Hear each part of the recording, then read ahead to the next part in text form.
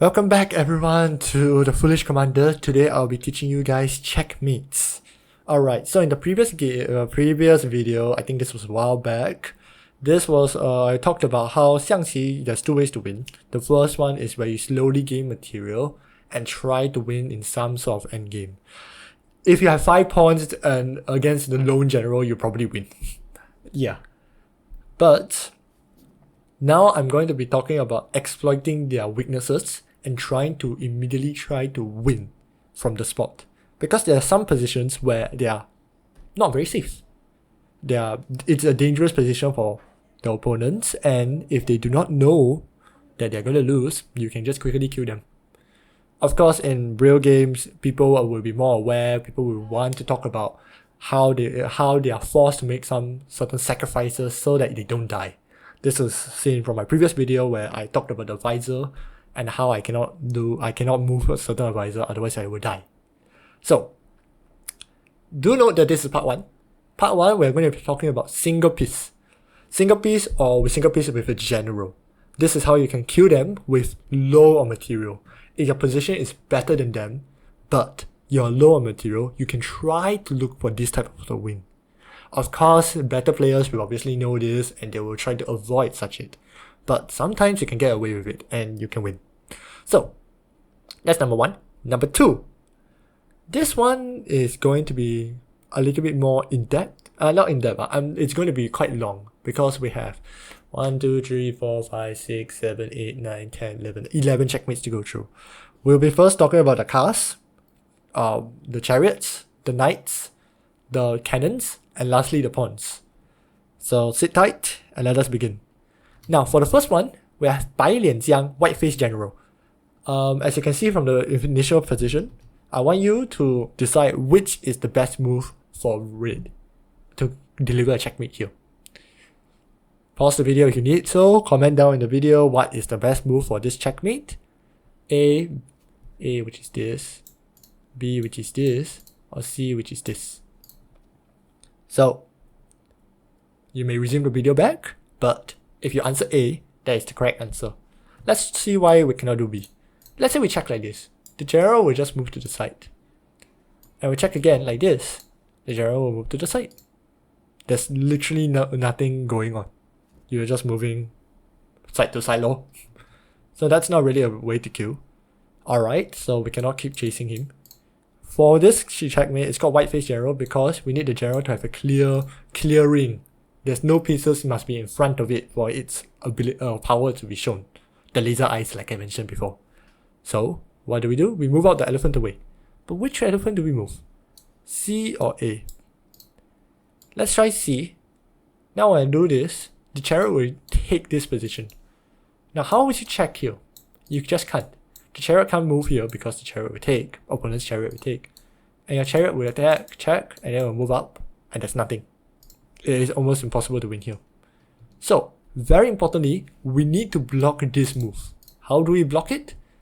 We push the elephant up, and now it blocks. Let's say that it takes.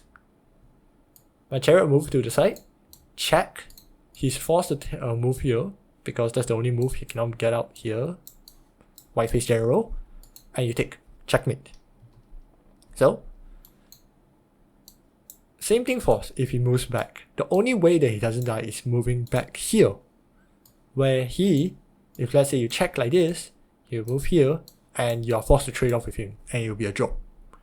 Not really forced, but if you move out like this, it's just going to go down like this, and it's the same position as before. In fact, yeah, it's almost the same position as before. Actually no, he's slightly better. If you go something like here, he can force this type of checkmate, but you still have your 2 elephants. So black is still better. That's the moral of the story. So what do you do here? We don't check him immediately. We don't check him like this to do the white face general. We check him like this. Checking him from the side, he cannot take because the general is protecting it. As a result, he'll move up.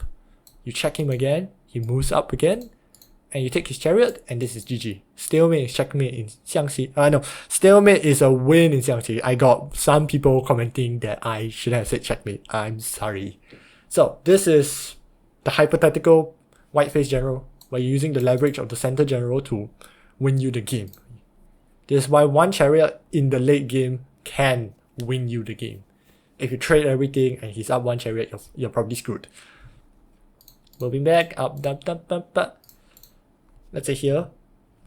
No, I will do here. This general protects the file, and this is why we call white face general. If you move it to the side, this is the typical one. If you saw my previous video, you will also see this. So, that's number one. Let's move on to the next one. This one, I like to call it laddermate. Laddermate is just the two rooks chasing the general down. It's very simple. Show you like this. I'll pause if you like to find out the answer, but it is very simply go down, check, goes up, go down, check, goes up, checkmate, laddermate. Now, what is the weakness in black's formation? The weakness is the general ran away from his home. His advisors are protecting him from this side, shielding him from this side, and also from the center. But instead, he is being exposed from the right side, yes. He's being exposed on the right side, which makes him lose the game. So, I'm going to cover this in another video, but Xiangqi, right, the defense is, you can say that there is defense, but your defensive pieces all have some weaknesses. If you think connecting your advisors like this is good, wait till you see another checkmate where it uses these advisors out, and where you are running away is the only correct move. So, all defenses in Xiangqi will have their own weaknesses, and you need to pay attention if your defense has some glaring flaw. So as a result, this one, the glaring flaw is it's not protected from the right side. As a result, you can just chase him from the right side using two chariots and he dies. This is the same thing for red as well. He is also not protected, but because he is red, he gets the first initiative to kill you. So this is all quite easy. This in Chinese name is called Xiangqi, but I call it laddermate for it's like rook. Rook in international checks, both the rooks are also playing in the same way. So that's it for both chariots. Of course, in the combination, if there's more than one type of piece, there's a lot more. There's a lot more, especially with the knights, the cannons. There's a lot of plays. So the chariot is actually a really strong piece, and as much as possible, try not to lose a chariot in your own actual games. So moving on, we have this one. Don't mind B. B is I needed to make this such that it can become a note. This is what we call 卧槽马. Now, I don't like the English name Xiangqi.com gave me, elbow knight. I mean, yeah, or rib cage knight or whatever. Elbow knight. Sure, it sounds a bit clunky. 卧槽. I like to call it hidden knight. So the main premise is because your knight advisors are blocking you from going from the right side, you're forced to go left. You only have one way as a general, and if you have a piece that attacks you from that right side, forcing you to go left, you lose. This checkmate is the same as this checkmate. Yeah, both of these checkmates are the same, because the general is forced to go to the left side, where the general is already protecting this pawn. So this is mate. You don't need to use a general. You use a chariot, you also can do it. 卧槽马, I'm just going to call it, I don't know what to call it. Hidden knight. I'll just probably use Google Translate or something. But I'll use hidden knight to say this now. This one is to force a person to go out. And if you block this out, your advisors are now going to be a detriment. Let's say for some reason you go here. And he goes here. Sorry. Let's say he comes out here. Now there's no risk of 卧槽马 anymore. But let's say this is why I hate this. Let's say I go here and I go to the same formation. Now this is still going to be strong. Hidden knight. This position, these spots are very deadly for black here, because he's forced to move up. His advisors are blocking him from both sides, the left and the right side. So it does give him protection from the sides. It doesn't give him protection from the front. So which is why he has to move out. But unlike in the previous scenario, him moving up to the center is safe. Whereas if he doesn't move out, this is checkmate because he can't get out here. So do note about those two spots. For red is this two, for black is this two. These two spots are very dangerous for the knight to get on. And if they do manage to get there, you're in deep trouble. Most of the time, when in this formation, 卧槽马, people will try to block it by using a chariot to block here. So now that the chariot is pinned, they will take other pieces to now attack the pinned chariot, and you can't move it, and you just lose a piece right there on the spot. It is quite brutal, honestly. So next one is 八将马. 八将马, 八将马, I think it's, I like to call it painting knight. This one is what I call the knight's dance, where you dance around with the general and trying to kill him in 7 moves. Usually that is what the idiom goes. But 八将马 is when this happens. I check. By right, black's supposed to go here, and then you just do your usual dance thing. Let's say it just goes up, keeps on trying to maintain the square. I think here would be fine. Let's say he moves up here, he has to move here. You take the control of the center, he moves down, you check, and then he goes up. And then you checkmate him. Stalemate is win. Sorry, I can't keep saying that. But there's another type of scenario. This is the correct move for black, even though he will die eventually lah. But the incorrect move for black is this, B. Move a random move, and this checkmate. This is what we call, I like to call it painting knight. Why? Because it's like a painting. It is diagonally opposite from the general, and it's like, and it pins these two spots. In Xiangqi, right, because of how the diagonal cannot move to the center, this is practically a dead general. It can't move at all. Why is it called painting? I remember calling this when I was secondary school. Because it looks like a painting. You look like you're painting something. Yeah. So this one is one scenario where you can win using 八将马, but most people usually won't do that. Here the weakness is that the general should never be a diagonal to the knight. If you want to be the diagonal, right? Actually here, there's also this move. You want to be horizontal instead of diagonal. You just never want to be in this position as the general as black. Usually for 八将马, you will accompany it with a pawn check, a chariot check, a cannon check, and now he can't get out because he can't move up at all. And this position is a lose. Yes. This is where you can use the combination of attacks to kill him once you get this perfect symmetry. The other way also works where the knight is here and the black and the general is here. This is 大将马. Alright. This one is one of the easier ones. Let's move on to the next one. 双马饮泉. 双马饮泉 is very interesting. Direct translation, 双马 means double knights. 饮泉 means drinking water or drinking from a pool. I think my A1 Chinese is not that good. Yes, I don't know how I got it. So, as you can see here, black has mate 1. He just goes down here, his mate. So what can red do? He goes for it's a combination of attacks first. Firstly, he goes for the elbow. 卧槽马, pushing him out. If he goes out here, the next one is, this one I have not explained it, but it is a mate called, I can't remember now at the top of my head. I think it was the arrow one, I can't remember. I can't remember here, sorry. So here, right, the knight is actually attacking here, but it's being blocked by the knight. So the knight attacks the elephant. Now there's two moves that red can do, black can do. If it goes back, it retreats. This is 卧槽马.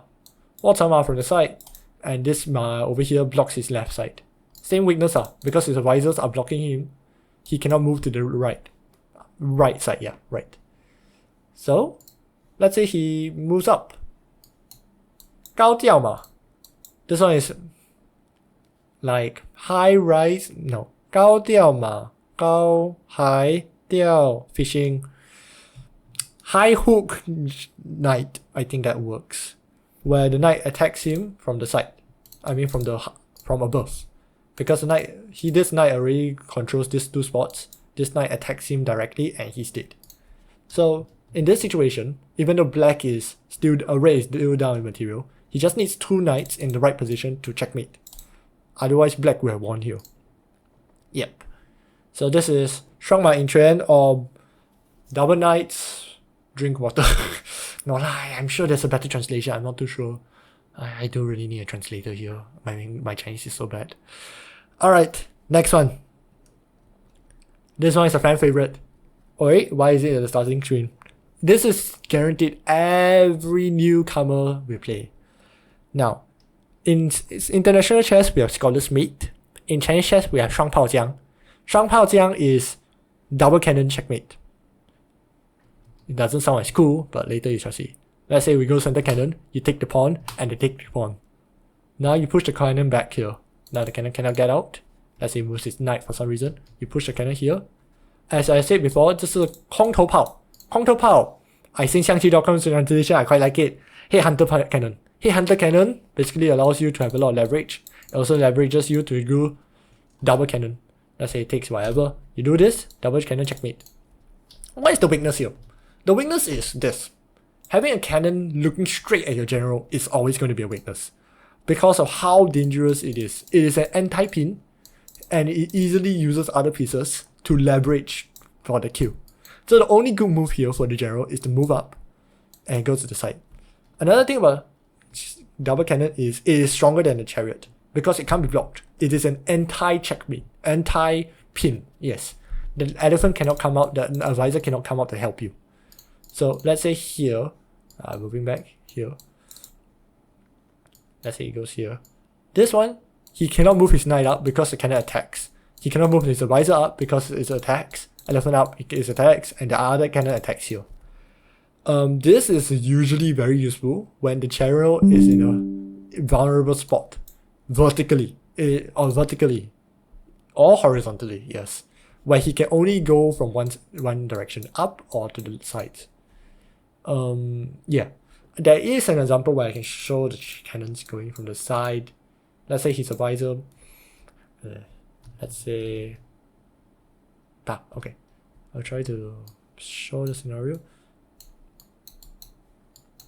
Let's say I don't care. Okay, I'm just gonna move it any way I like. Oh shit. Oh shit, oh shit, oh shit. The knight is here. Give me a few seconds. Wait.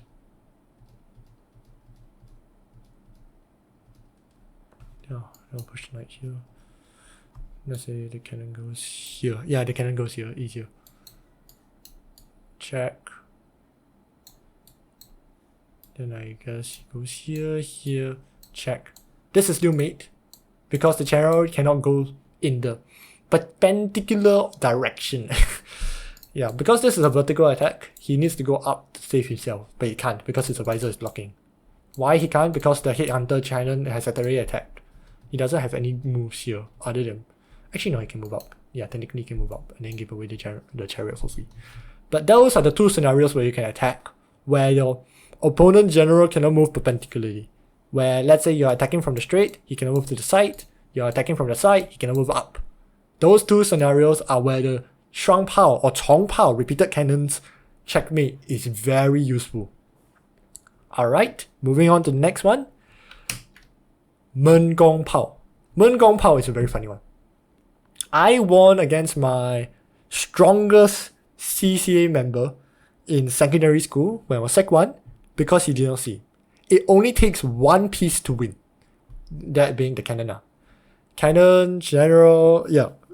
And like I said before, the advisors being connected is actually kind of a bad thing because of this cannon checkmate.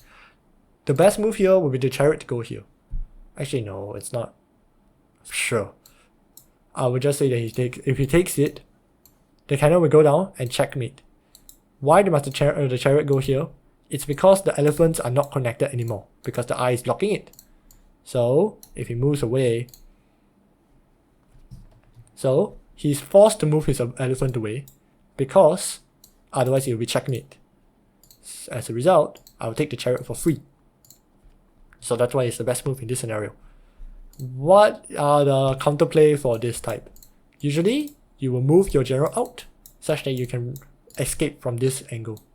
Since the only way the general can move in this position is, after taking, is to go to the same direction where it's being attacked.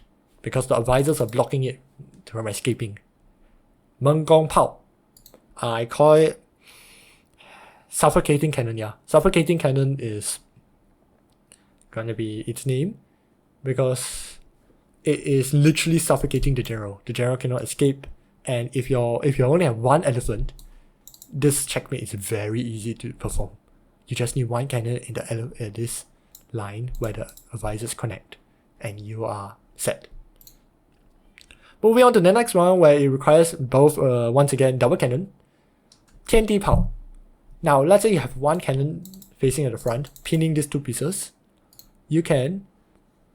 sorry, this one is for illustration purposes. You can checkmate like this. Where the advisor, this is like 闷光炮 attacking you from the side, and the elephant cannot go down to attack it. This is called Heaven and Earth Cannons. Heaven and Earth Cannons checkmating. Yeah, I think that the name should work like this. Next one! This one is why I like Chinese chess endgames.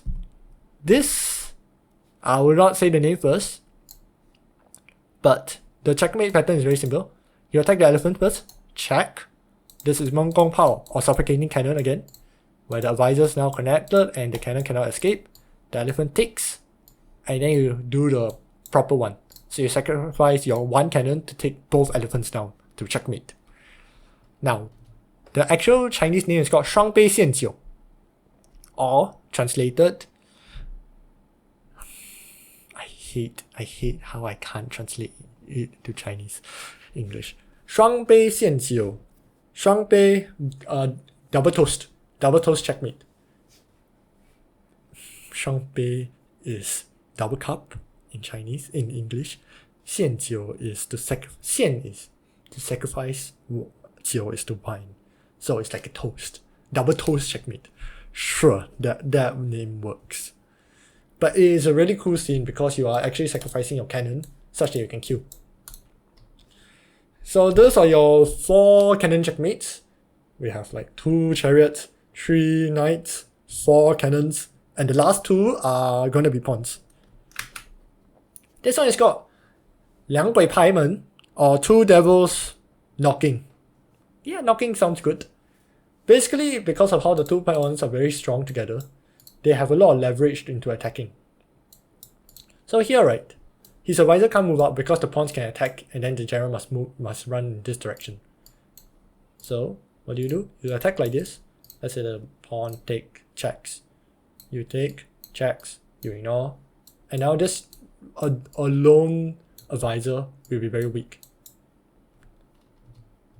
If he technically moves his elephant away, he also gets checkmated like this. What's the weakness of this state? This is a very common, okay. This will be commonly seen in endgames. This will not be common in your games though, because you need 2 pawns, and you need, if you have double connected advisors, it will be hard to penetrate through, because you need to sacrifice 1 piece to get the other. So in this type of scenario, how do you protect yourself? You need to like get your 2 advisors, or you need to stop their pawns from advancing. If the pawns are over here, your elephant must take them immediately. I think I saw a chess.com thread where it says elephants are useless. What? I hate elephants. I wish I could eat elephant meat. What do you mean they're redundant? No, those elephants will actually kill your family if you don't take care.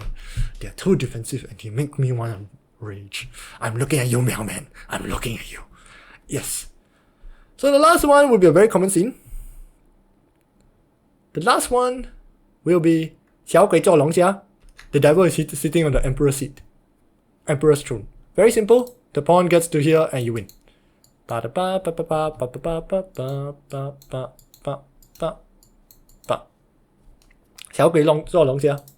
You just need 1 pawn to be in the center. Of course, the advantage, the weakness of this is that the general needs to have no pieces, no advisors, no elephants. Actually, no, elephants are fine. I think you just don't need advisors. If you don't have advisors, it is very likely this will happen. Especially when you sacrifice all of them and you get a pawn in the center. That is a very brutal scene to go through.